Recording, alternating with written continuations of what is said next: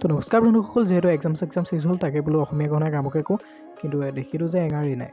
তো বলক আমি পুখুৰী বস্তি পৰা এঙাৰকে লৈ আনোগৈ। তো আমাৰ ইও বাইকত তেল চেল ভৰাই ৰেডি। পিছে আমাৰ গাঁওখনৰ পৰিৱেশটো চাওকচোন, ইমান ধুনীয়া চাফ চিকুণ হৈ আছে।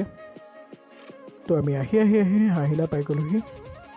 পিছে আকৌ আমাৰ এঙাৰ কিয় প্ৰয়োজন সেইটো কথা এতিয়া ক'ব নোৱাৰিম, তাৰ কাৰণে এদিন ভালকৈ ডাঙৰকৈ ভিডিঅ'টো বনাই দিম। আমি আকৌ এইটো ছাইডে সোমাই আহিব লাগে, কিন্তু অলপ বেছিকৈহে আগবাঢ়ি গ'লোঁ।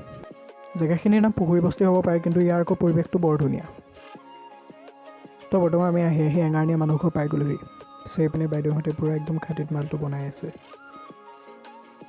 পিছে আকৌ এই গাহৰিটো জন্ম হোৱা ছমাহ হৈছে, কিন্তু ইমান ডাঙৰ হৈ গ'ল। আকৌ এইঘৰ মানুহত এঙাৰ নাপালোঁ, তাক ইঘৰ মানুহৰ পৰাই লৈ আনোগৈ। এইপিনে এয়া বাইদেউহঁতে ৰাস্তাতে এঙাৰটো আনি কৰি দিছে।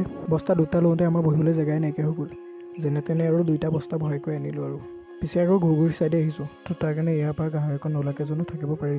তো ইয়াৰ পৰা গাহৰি অকণ লৈ ল'লোঁ ঘৰত খাবলৈ। ভিডিঅ'টো চাই অকণ হ'লেও ভাল পালে যদি লাইক কমেণ্ট ছাবস্ক্ৰাইব কৰিবলৈ নাপাহৰিব।